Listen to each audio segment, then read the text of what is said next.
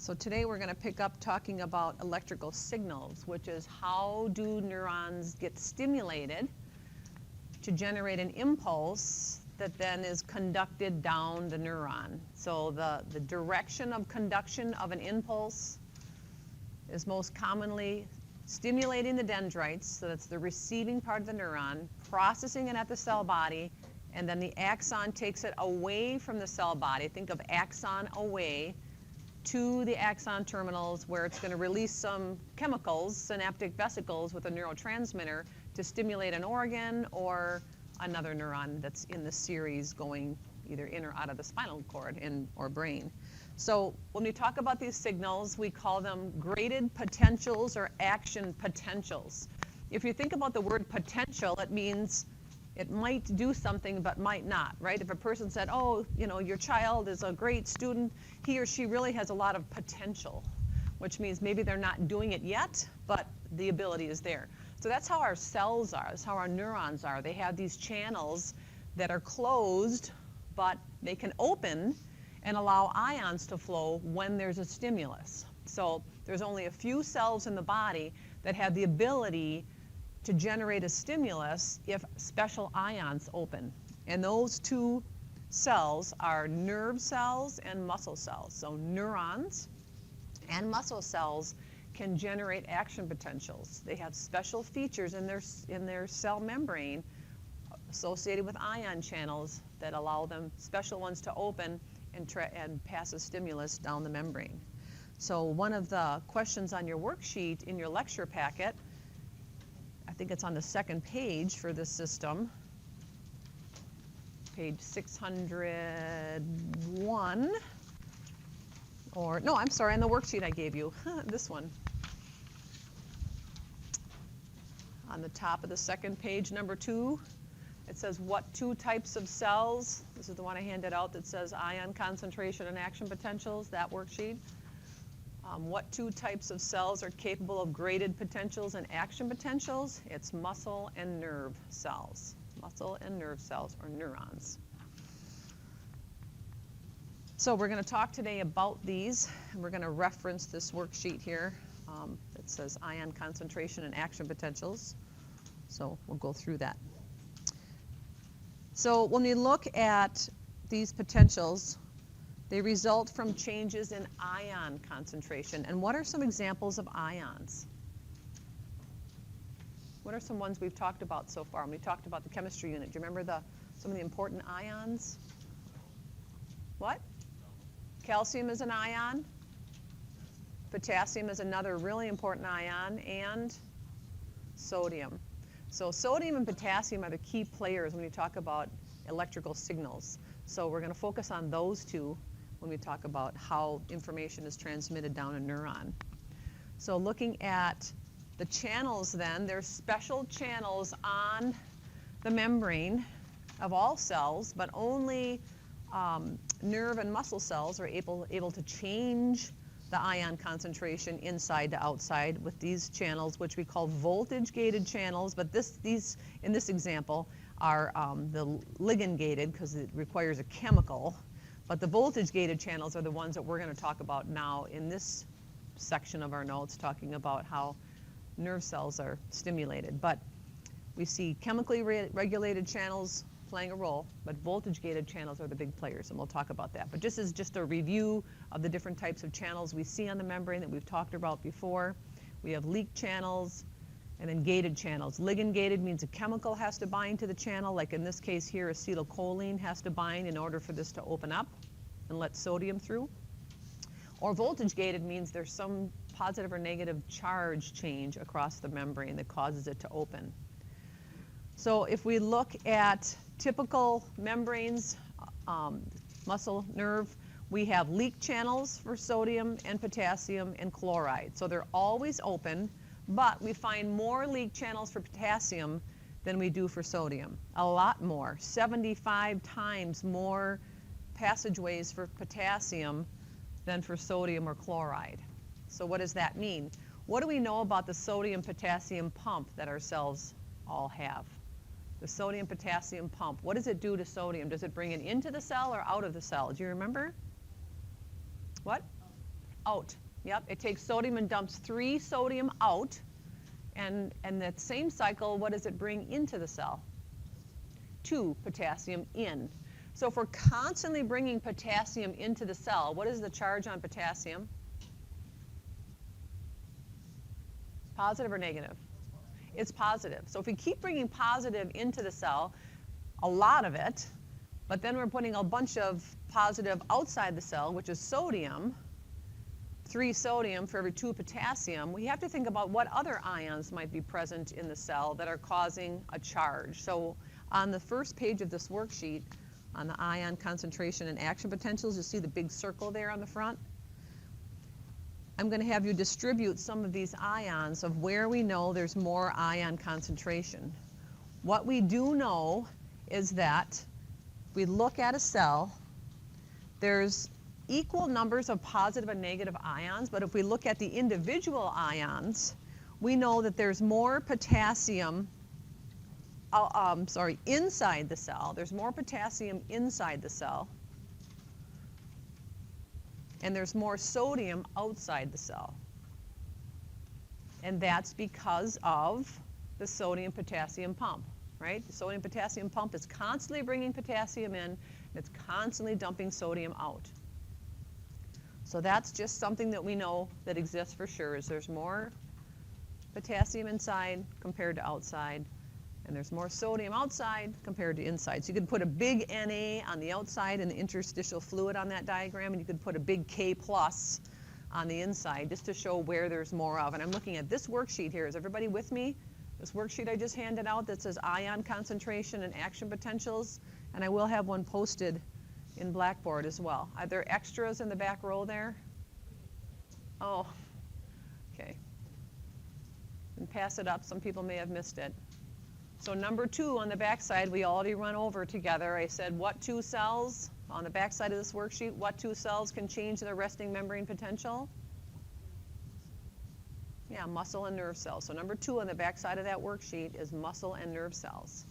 And then on the front, like I said, we see more potassium inside, so you want to put a big K plus on the inside the circle, and then a big Na plus outside the circle where it says interstitial fluid.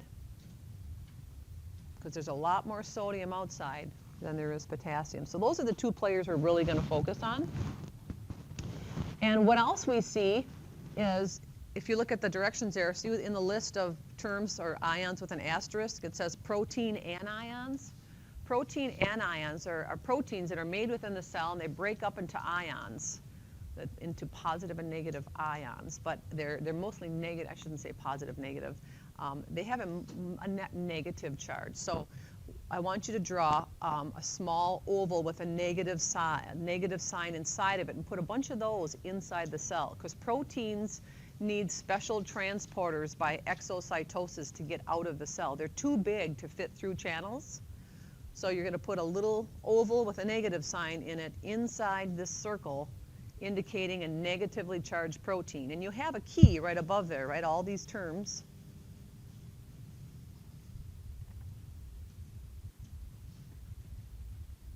Checking your listening skills today. I'll show you a completed version when we're done, but I want you to see if you can develop this on your own with good listening skills. So those are the proteins.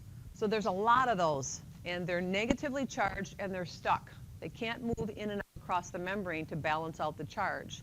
So as a result, we also see some leak channels in there. So if I put some leak channels across the membrane, and you can draw those just like they're shown here. This is what a leak channel looks like. So just draw that across the membrane. That circle is a cell membrane. So just draw some channels that are open, like this purple one here. Just draw that on your circle. And label it potassium, so you know that it's a leak channel for potassium. And make sure it's open, because it's a leak channel. It should not have a doorway on it. It should be open on both sides. So just draw a purple one like this. It doesn't have to be purple, but if you have a different color, that'd be great. And then I want you to draw another channel that looks a little different, like this, but again, it's open. You can label that for sodium. This one's labeled chloride, but we're going to just focus on potassium and sodium. So draw another leak channel for potassium, or sodium, sorry, sodium. So you have one leak channel for potassium, you have one leak channel for sodium. And then I want you to draw a sodium-potassium pump channel, which I think I have them right here. So here's what a pump channel looks like. And remember, it's bringing 3 sodium, dumping 3 sodium out, and bringing 2 potassium in. So you could draw just one of these. And you don't have to draw it exactly like that, but just draw a channel that's showing 3 sodium being dumped out and 2 potassium coming in through that same channel. However you want to draw it, whatever makes most sense to you. But again, label it. 3 sodium are going out, so make sure there's an arrow showing sodium being dumped out, and 2 potassium are being brought in.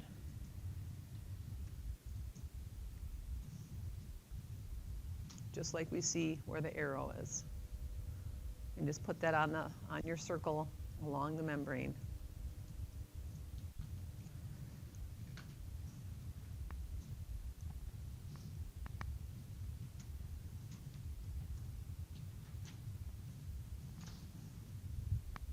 So now what we see then is with the help of ATP, this is constantly cycling, bringing sodium in, potassium out. But then we have these leak channels, and the leak channels operate by diffusion. Where did we say there's going to be more sodium? Because of the pump? Outside the cell. But because of those negatively charged proteins, they're attracted to come right back into the cell. And because of diffusion, there's more sodium out, so if there's a leak channel for sodium, it's going to come right back in. Just like a bouncer at the door of a bar in downtown La Crosse, right? There's someone that's dumping out the underagers, but there's an open free door in the back of the bar, they'll flow right back in, right? So it's kind of the same concept. We have this energizing pump and with the help of ATP that's constantly moving these ions against their concentration gradient, but there's leak channels that they come right back. So which direction does sodium want to flow through a leak channel? Going from high to low concentration. Into the cell, because the pump keeps dumping it out, right? And then potassium wants to flow what direction? Out of the cell, right? Because the pump keeps bringing it in. So it's going to flow through leak channels out. Now, that's constantly happening. That's constantly going on. So because of those negatively charged proteins and the many more leak channels for potassium, we see a bigger loss of positive charge than we see a gain of positive charge because there's so many channels for potassium to leak out. So as a result, all of our cells are slightly negative. And that starting number for that negative value is negative 70. So flip over to the back side of your worksheet.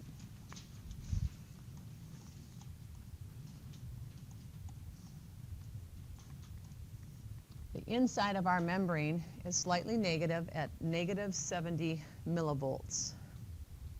So on your graph, here's kind of putting all the players together.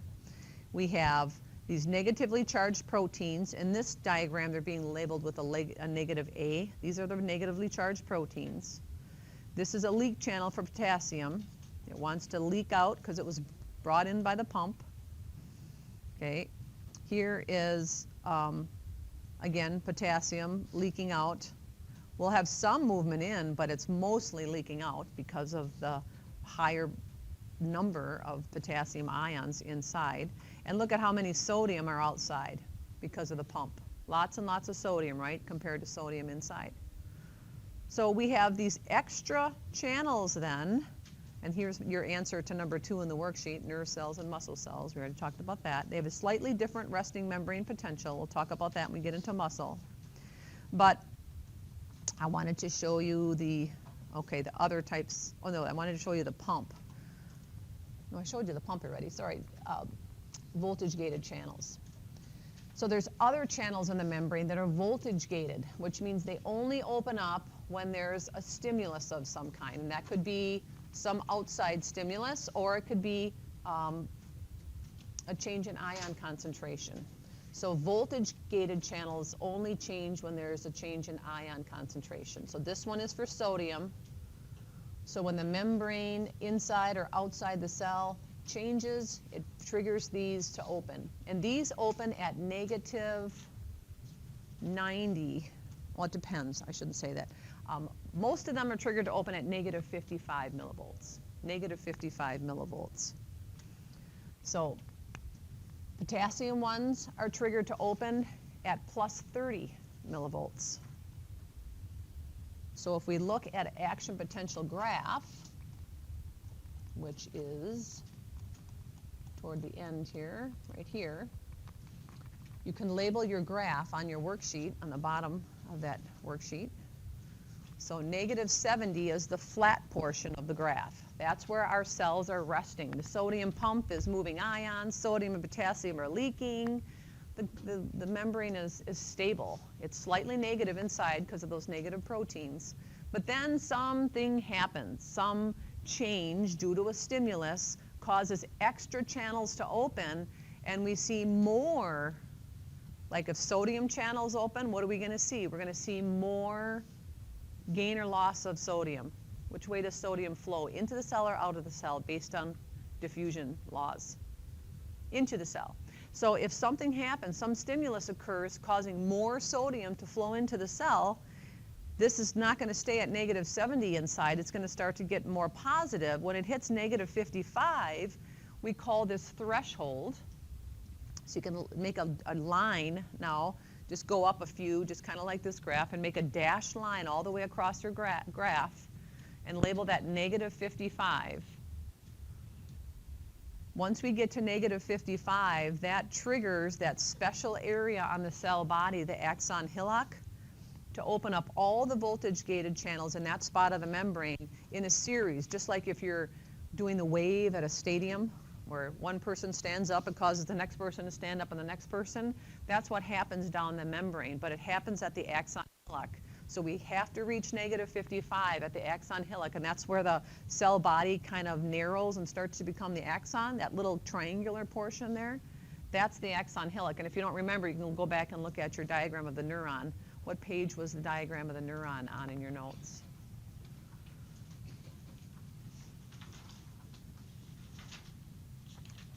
Show.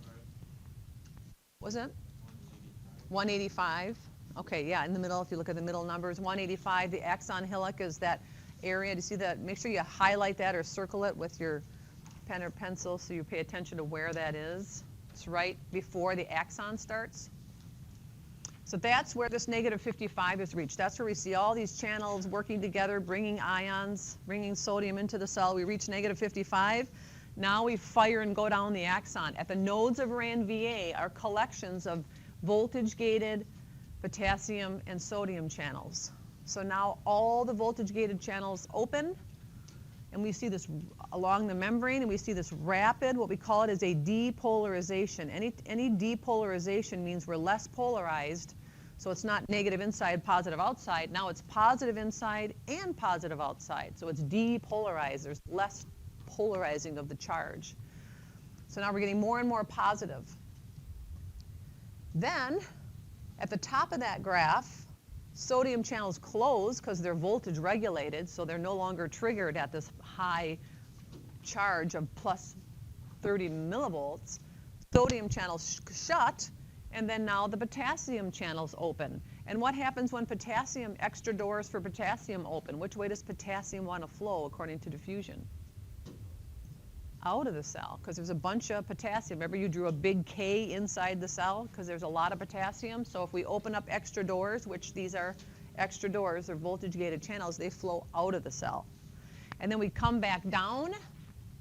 This is called a repolarization. And we're getting to the end of this impulse, and now we need another stimulus to get it going again. So what happens though is these potassium channels are slow to close, so we lose a little extra potassium and we go beyond the resting. So this little area here that's below resting is called hyperpolarization. And what's going to clean things up? Once these potassium voltage-gated channels slowly close and they're completely closed, now what's going to clean things up and put everything back to where it was to start?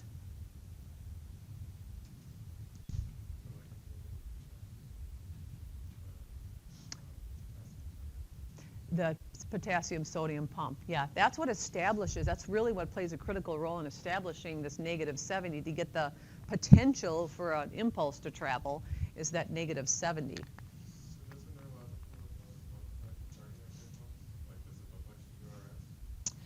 No, because that is going down that goes down a conduction pathway that's very unique. This is just a straight path going down a neuron. Yeah, and if it looks like this. And what if we look at the time frame here, we're talking milliseconds, right? So it's from here to here, it's like less than 1 millisecond.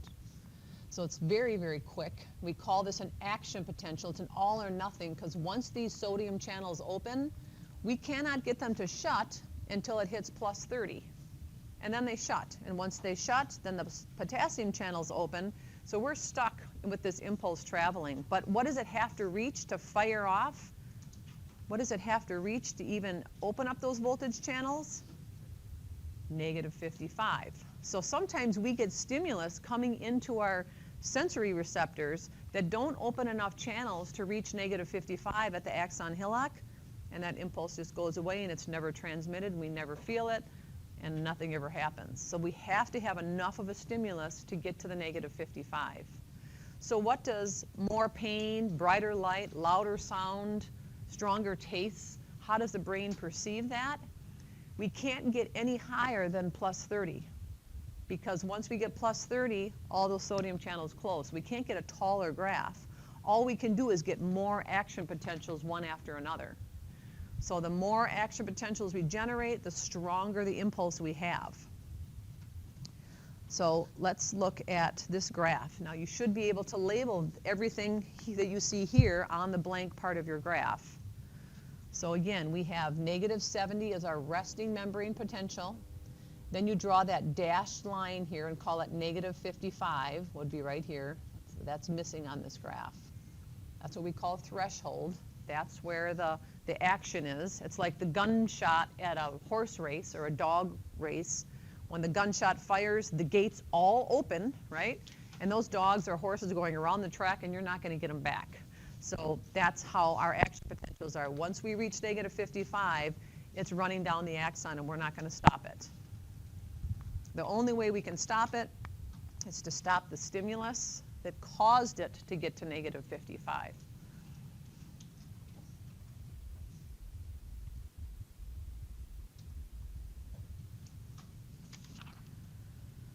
So if we look at our worksheet here then, our letter B here, let's go to this. So we have the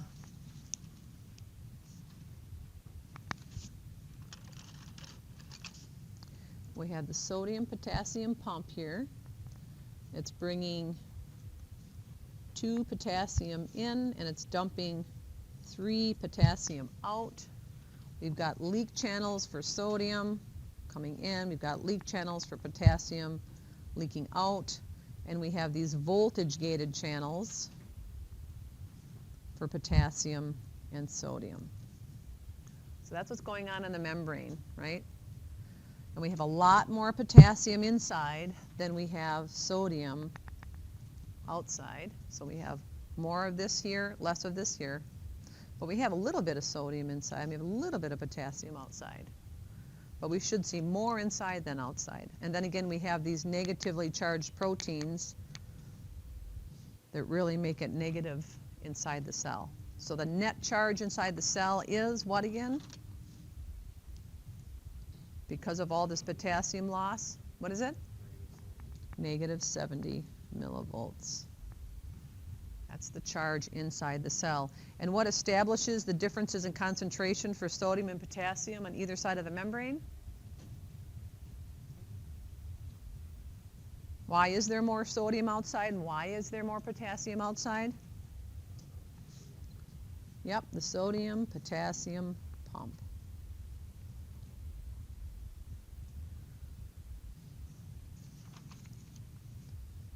So with this one, we said nerve and muscle.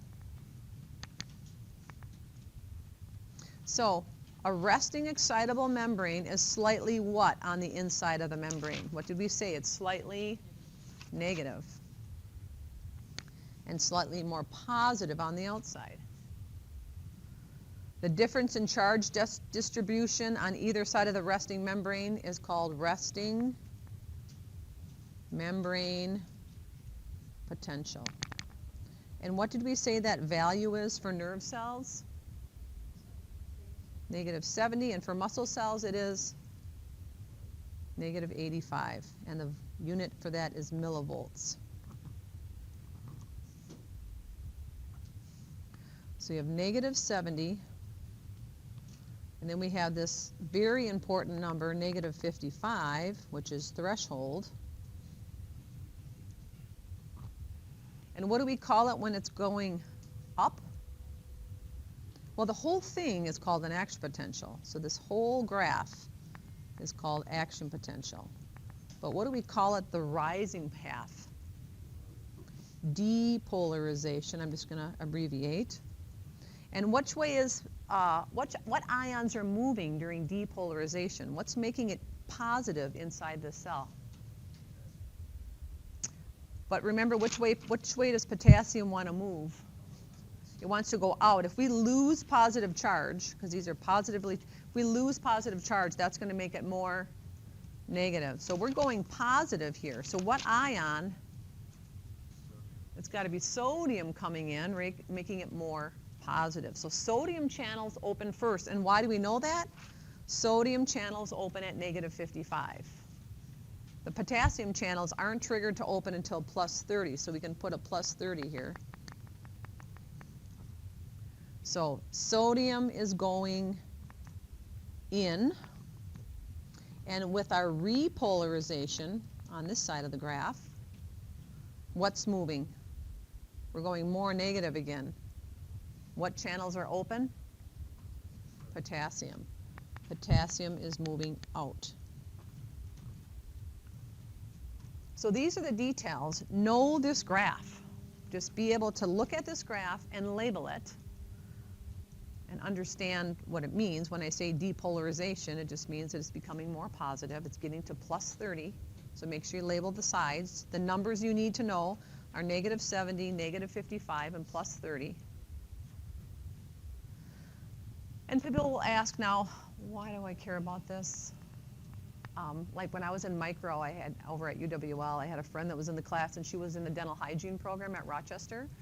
And some of the students in this micro class were graduate students. I was one of them. So he was talking at a pretty high level, and he'd ask these really advanced questions in lab, and he'd say, and Michelle, what do you think? Why do you think this and this and this is true? And her answer, her pat answer was, I don't know, I just want to clean teeth.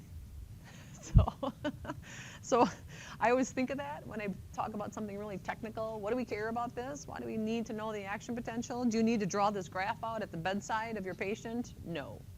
But you do need to know that we need sodium to fire impulses. Would you agree that you need a good amount of sodium in your plasma for it to be able to flow into the cell? It needs to be in the interstitial fluid, which is our plasma, right, in our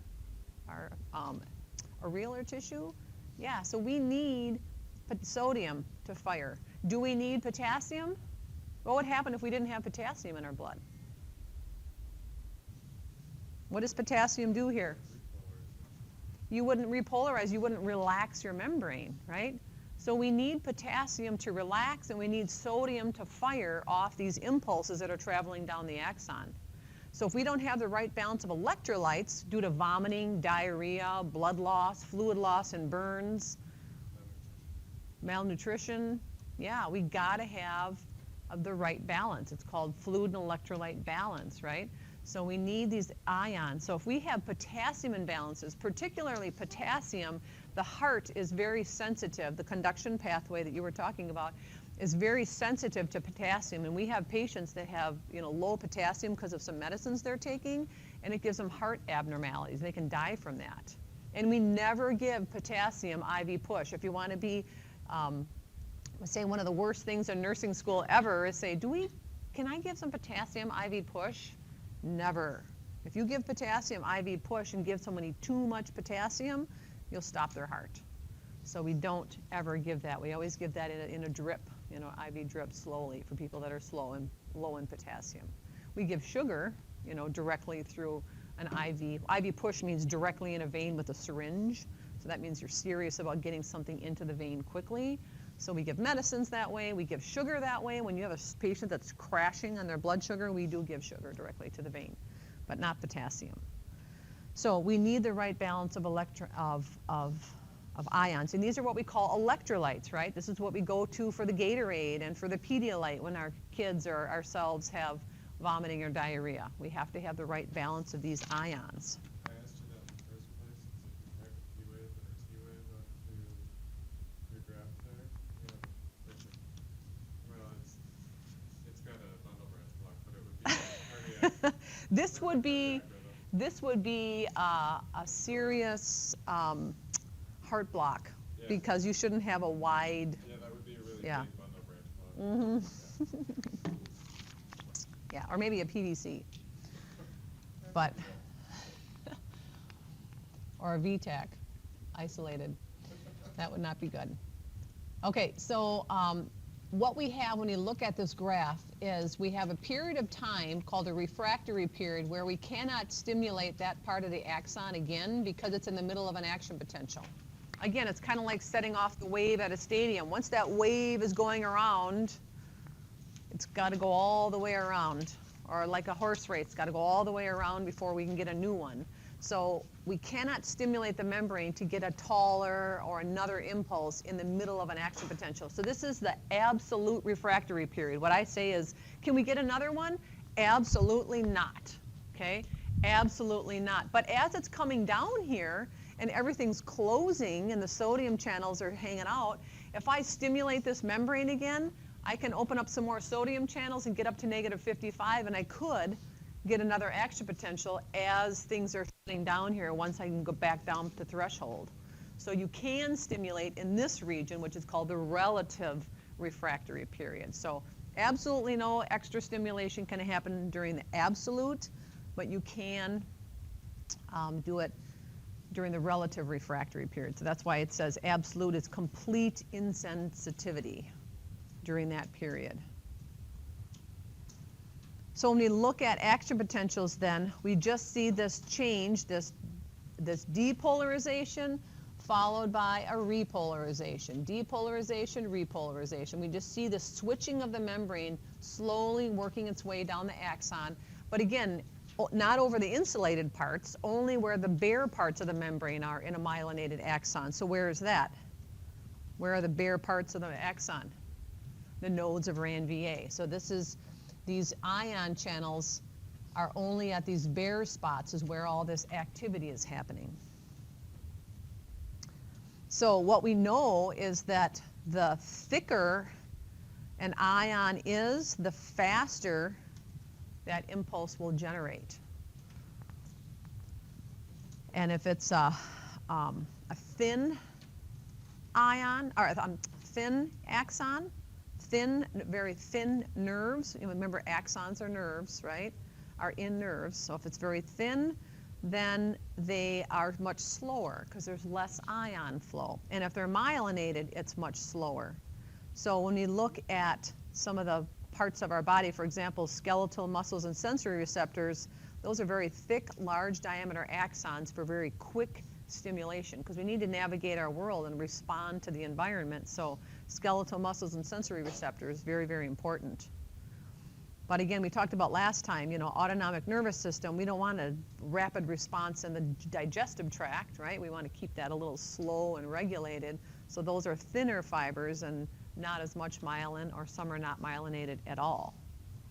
So I want to show you a picture of an axon, and also, let's see, show kind of this whole thing in motion. Guys, this is weird. Okay. Braxton was diagnosed with choroid plexus carcinoma, a brain tumor. Aww. Okay. Neurons communicate with each other through their dendrites and axon. Generally, incoming signals are received at dendrites while outgoing signals travel along the axon to the nerve terminal. In order to achieve rapid communication over its long axon, the neuron sends electrical signals from the cell's body to the nerve terminal along the axon. These are known as nerve impulses, or action potentials. An action potential is essentially a brief reversal of electric polarity across the cell membrane. Cells are polarized, meaning there is an electrical voltage across the cell membrane. In a resting neuron, the typical voltage, known as the resting membrane potential, is about -70 millivolts. So let's just review what we see here. What is this big purple guy? Sodium potassium pump, very good. And what are the little clusters of pink with the negative sign? Proteins, negatively charged proteins, too big to get out of the cell, so they're trapped there until they're exocytosed for a specific reason. And then we have sodium and potassium. Where do we see more sodium? Outside or inside? Outside, because of the pump, right? And where do we see more potassium? Inside, okay. And then if we go back just a hair here to our axon, or to our whole nerve cell, the stimulus to get this thing started, to get to threshold, to get to -55, we have specialized channels on the dendrites. Some of those are ligand gated, so a neurotransmitter has to bind to open up a sodium channel to get it from -70 to -55, or it might be light in the back of the retina, it might be sound in your ear. Any stimulus, we have specialized sensory receptors that open up a channel and allow us to go from -70 to -55. So that little jump from -70 to -55 is happening at the, repeat after me what I just said. What part of the neuron is the -70 to -55 happening? The dendrites, thank you. The dendrites is where that is happening. So that's the receiving part of the cell. It's receiving stimulation from somewhere. We got to have a stimulus to get this process started, right? And then it gets to -55. And then I get an action potential at the axon hillock and it fires down the membrane. But what if we stop stimulating the dendrites? Does it ever reach -55 again? No. So I have to keep stimulating the dendrites to keep these action potentials going down the membrane. And the more I stimulate it, the more action potentials I generate, and the louder the sound, the stronger, the more intense the pain, the brighter the light, et cetera, et cetera.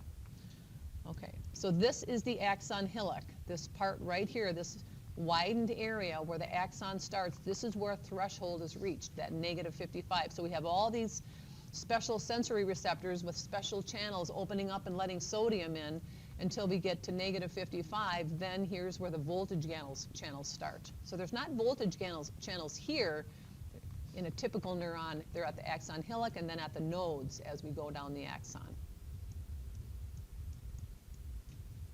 Across the cell membrane, cells are polarized, meaning there is an electrical voltage across the cell membrane. In a resting neuron, the typical voltage, known as the resting membrane potential, is about -70 millivolts. The negative value means the cell is more negative on the inside. At this resting state, there are concentration gradients of sodium and potassium across the cell membrane. More sodium outside the cell and more potassium inside the cell. These gradients are maintained by the sodium-potassium pump, which constantly brings potassium in and pumps sodium out of the cell.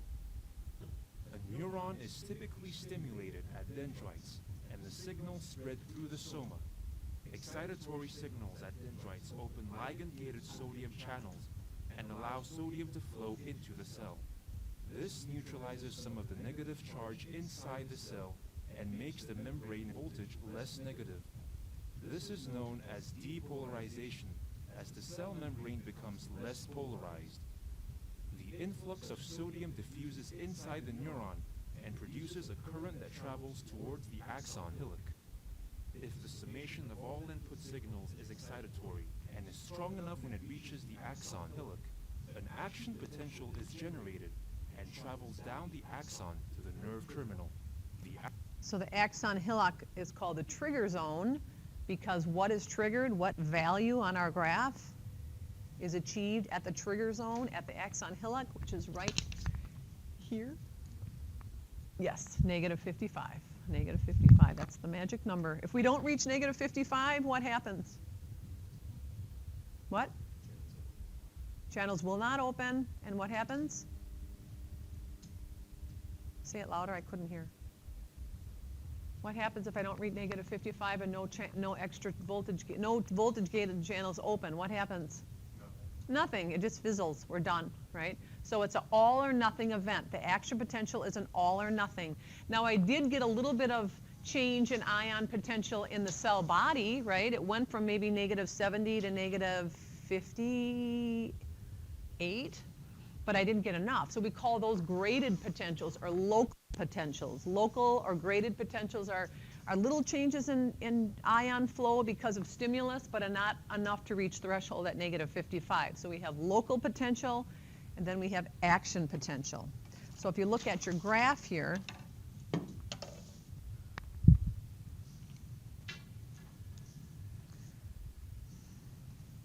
this region right here, this little bit from negative 70 to negative 55 is called a local / another name for it is a graded potential.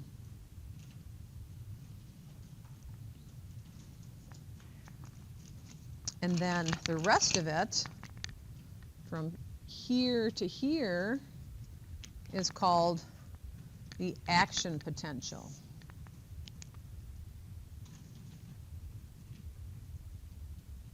The little piece right here, and again, where does that occur? Where on the neuron does the local or graded action potential occur? Dendrites, very good. Dendrites and cell body. It's a lot to take in on a Monday morning, huh? So that's good. And then where does the action potential take place? What's the trigger zone where it starts?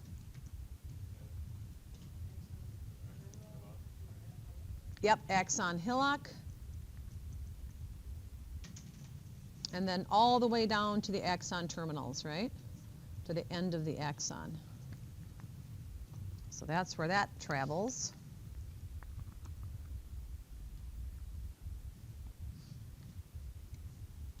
Okay, so back to this. Axon Hillock is also known as the cell's trigger zone, as this is where action potentials usually start. This is because action potentials are produced by voltage-gated ion channels that are most concentrated at the axon hillock. Voltage-gated ion channels are passageways for ions in and out of the cell, and as their name suggests, are regulated by membrane voltage. They open at some values of the membrane potential and close at others. For an action potential to be generated, the signal must be strong enough to bring the membrane voltage to a critical value called the threshold, typically about negative 55 millivolts. This is the minimum required to open voltage-gated ion channels. At threshold, sodium channels open quickly. Potassium channels also open, but do so more slowly. What do we call that little yellow up swoop of that line? Graded or local potential, correct. The initial effect is therefore due to sodium influx. As sodium ions rush into the cell, the inside of the cell becomes more positive, and this further depolarizes the cell membrane. The increasing voltage in turn causes even more sodium channels to open. This positive feedback continues until all the sodium channels are open and corresponds to the rising phase of the action potential. Note that the polarity across the cell membrane is now reversed. Now instead of being negative 70, it's negative 40 inside that cell. So we use plus 30. Our textbook uses plus 30, so just pretend it's a plus 30. So now that triggers all those sodium channels to shut. They are not going to remain open at plus 30 millivolts because these are voltage-sensitive channels. They're going to close at plus 30. And they start to close, actually, once it becomes positive, once we get greater than 0. But they're all closed at plus 30. And then what's going to open? The potassium channels. The potential nears its peak. Sodium channels begin to close. By this time, the slow potassium channels are fully open. Potassium ions rush out of the cell, and the voltage quickly returns to its original resting value. This corresponds to the falling phase of the action potential. Note that sodium and potassium have now switched places across the membrane. As the potassium gates are also slow to close, potassium continues to leave the cell a little longer, resulting in a negative overshoot called hyperpolarization. So hyperpolarization is less than resting. So this little part of the graph you see here in yellow that's below the -70, that little piece there is called hyperpolarization. It's extra polarized. When we say polarized, we mean more negative again. So hyperpolarization. The resting membrane potential is then slowly restored thanks to diffusion and the sodium-potassium pump. During and shortly after an action potential is generated, it is impossible or very difficult to stimulate that part of the membrane to fire again. This is known as the refractory period. The refractory period is divided into absolute refractory and relative refractory. The absolute refractory period lasts from the start of an action potential to the point the voltage first returns to the resting membrane value. During this time, the sodium channels are open and subsequently inactivated while closing and thus unable to respond to any new stimulation. The relative refractory period lasts until the end of hyperpolarization. During this time, some of the potassium channels are still open, making it difficult for the membrane to depolarize, and a much stronger signal is required to induce a new response. During an action potential, the sodium influx at a point on the axon spreads along the axon, depolarizing the adjacent patch of the membrane, generating a similar action potential in it. The sodium currents diffuse in both directions on the axon, but the refractory properties of ion channels ensure that action potential propagates only in one direction. This is because only the unfired patch of the axon can respond with an action potential. The part that has just fired is unresponsive until the action potential is safely out of range. So we can't fire new action potentials in the other direction because the potassium channels are open. So we can't make it travel back